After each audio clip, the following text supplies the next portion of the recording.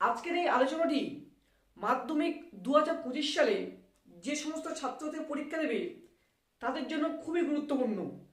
কারণ তোমাদের সমস্ত ভূগোল পাঠ্য বই থেকে খুঁটিয়ে খুঁটিয়ে 3 নম্বরের প্রশ্নগুলি নিয়ে আলোচনা করা হয়েছে। এইসব প্রশ্নগুলি তোমরা যদি পড়ে যাও তাহলে 4টি 3 নম্বরের প্রশ্ন অবশ্যই কমন পেয়ে যাবে। তাহলে এখন সেসব প্রশ্নগুলি নিয়ে আলোচনা করছি। তোমরা খুব সুন্দরভাবে প্রশ্নগুলি খাতায় লিখে নাও। তাহলে আলোচনাটি শুরু করলাম, দেখে নাও। 1 নম্বর প্রশ্নটি হলো অবরোহণ ও আরোহণের মধ্যে পার্থক্য লেখো।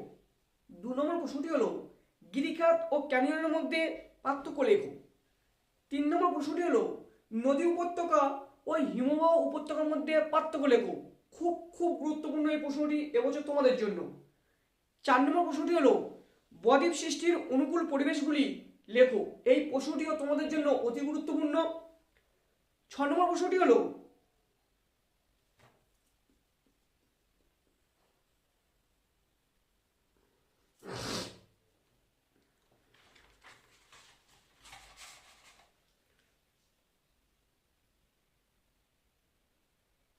1 নম্বর প্রশ্নটি হলো অবরোহণ ও আরোহণের মধ্যে পার্থক্য লেখো।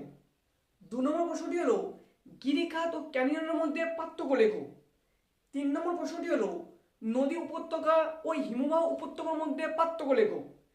4 নম্বর প্রশ্নটি হলো বদ্বীপ সৃষ্টির অনুকূল পরিবেশগুলি লেখো। এই প্রশ্নটি এই বছর তোমাদের জন্য খুব খুব গুরুত্বপূর্ণ। 5 নম্বর প্রশ্নটি হলো রসবতান্নে ও ডামলিনের মধ্যে পার্থক্য লেখো। এই প্রশ্নটিও তোমাদের জন্য অতি গুরুত্বপূর্ণ। 6 নম্বর প্রশ্নটি হলো মরু অঞ্চলে বায়ুর কাজে প্রাধান্য দেখা যায় কেন। খুব খুব গুরুত্বপূর্ণ এই প্রশ্নটি। এই 3টের প্রশ্নের মধ্যে পরপর যে 3টি প্রশ্ন আমি বললাম না, 4, 5, 6 অর্থাৎ বদ্বীপ সৃষ্টি অনুকূল পরিবেশ, রসমাতন ও ডামলিনের পার্থক্য আর মরু অঞ্চলে বায়ুর কাজে প্রাধান্য দেখা যায় কেন, 3টি প্রশ্ন খুব ভালোভাবে দেখেছো। এই 3টি প্রশ্ন থেকে তোমাদের এবছর একটি প্রশ্ন আসতে পারে। 7 নম্বর প্রশ্নটি হলো অনুদৈর্ঘ্য বালিয়াড়ি ও বারখানা বালিয়াড়ির মধ্যে পার্থক্য লেখো। 8 নম্বর প্রশ্নটি হলো নদীর বহন কার্যের 3টি প্রক্রিয়া লেখো বা আলোচনা করো। 9 নম্বর প্রশ্নটি হলো নদীর ক্ষয়কার্যের 3টি প্রক্রিয়া আলোচনা করো বা লেখো। 10 নম্বর প্রশ্নটি হলো উপনদী ও শাখা নদীগুলির মধ্যে পার্থক্য লেখো। 11 নম্বর প্রশ্নটি হলো সুন্দরবন অঞ্চলের জলবায়ু পরিবর্তনের 3টি প্রভাব সংক্ষেপে লেখো। এই প্রশ্নটি আবার 5 নম্বরেও আসতে পারে, তোমরা খুব ভালোভাবে দেখে যেও। 12 নম্বর প্রশ্নটি হলো মৌসুমী বায়ুর উপর জেট বায়ুর প্রভাব ব্যাখ্যা করো। 13 নম্বর প্রশ্নটি হলো সমুদ্রবায়ু ও স্থলবায়ুর পার্থক্যগুলি আলোচনা করো। 14 নম্বর প্রশ্নটি হলো ট্রপোস্ফিয়ারে উচ্চতা বৃদ্ধির সঙ্গে উষ্ণতার হ্রাস পায় কেন। 15 নম্বর প্রশ্নটি হলো জেট বায়ু প্রবাহের সঙ্গে ভারতীয় মৌসুমী বায়ুর সম্পর্ক লেখো। 16 নম্বর প্রশ্নটি হলো উচ্চচাপ ও নিম্নচাপের মধ্যে পার্থক্য লেখো। 17 নম্বর প্রশ্নটি হলো নিরক্ষীয় নিম্নচাপ বলয় সৃষ্টির কারণগুলি লেখো।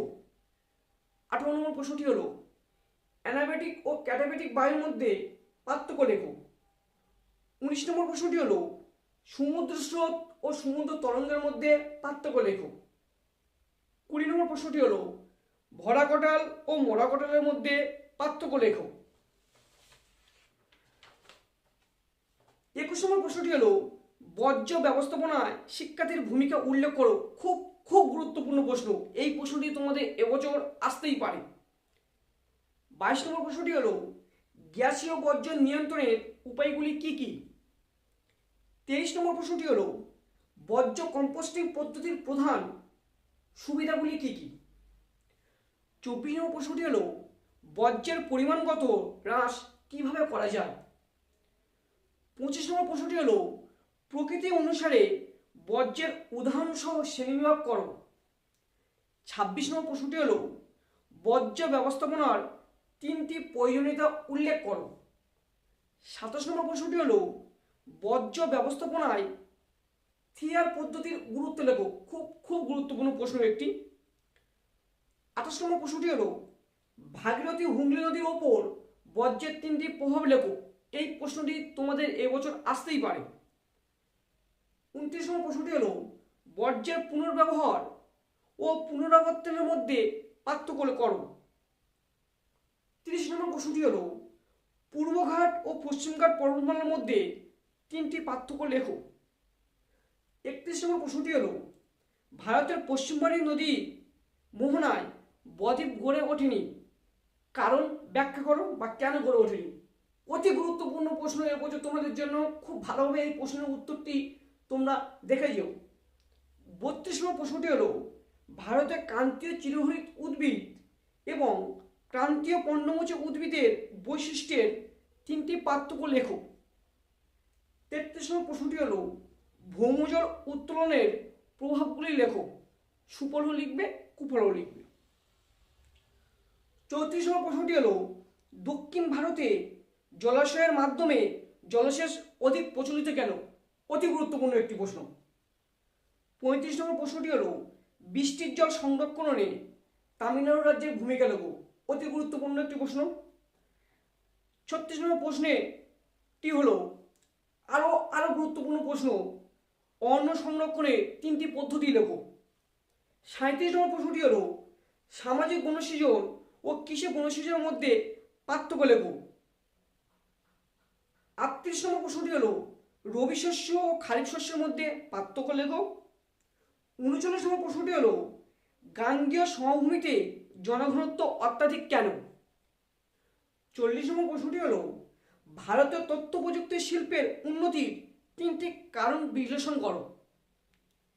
41 নম্বর প্রশ্নটি হলো ভারতীয় নগরায়নের প্রধান 3টি সমস্যা লেখো। অতি গুরুত্বপূর্ণ একটি প্রশ্ন, এই প্রশ্নটিও তোমাদের পরীক্ষায় আসতে পারে। 42 নম্বর প্রশ্নটি হলো পাঞ্জাব হরিয়ানা রাজ্যের কৃষির উন্নতির প্রধান 3টি কারণ লেখো। 43 নম্বর প্রশ্নটি হলো পাঞ্জাব হরিয়ানা রাজ্যের কৃষি বিপ্লবের সুফলগুলি লেখো। 44 নম্বর প্রশ্নটি হলো ভারতের সড়কপথ ও রেলপথের প্রতিটির 3টি করে সুবিধা লেখো। 45 নম্বর প্রশ্নটি হলো ধাপ চাষ ও ফালি চাষের মধ্যে পার্থক্য লেখো। 46 নম্বর প্রশ্নটি হলো উপগ্রহ চিত্রের প্রধান 3টি ব্যবহার লেখো। অতি গুরুত্বপূর্ণ একটি প্রশ্ন, এই প্রশ্নটিও তোমাদের পরীক্ষায় আসতে পারে। 47 নম্বর প্রশ্নটি হলো দূর সংবেদনের সুবিধা ও অসুবিধাগুলি লেখো। 48 নম্বর প্রশ্নটি হলো ভূ সমলয় ও সূর্য সমলয় উপগ্রহের মধ্যে পার্থক্য লেখো। খুব গুরুত্বপূর্ণ প্রশ্ন, এই প্রশ্নটিও তোমাদের পরীক্ষায় আসতে পারে। এই যে আমি প্রশ্নগুলি আলোচনা করলাম, এই সব প্রশ্নগুলি যদি তোমরা করে যাও, অবশ্যই এর মধ্যে থেকে তোমাদের পরীক্ষায় 4টি প্রশ্ন পড়বে এবং সেই 4টি প্রশ্ন তোমাদের প্রিয় সারম্যামদের কাছ থেকে এতক্ষণ পর্যন্ত উত্তর লেখা হয়ে গিয়েছে। সেই সব উত্তরগুলি খুব ভালোভাবে এখন থেকে প্র্যাকটিস করতে থাকো, তোমরা পরীক্ষায় খুব সুন্দরভাবে লিখে আসতে পারবে। তাহলে আজকের আলোচনাটি এই পর্যন্ত শেষ করলাম। পরবর্তী আরো ইম্পর্টেন্ট আলোচনা নিয়ে উপস্থিত হব আমি।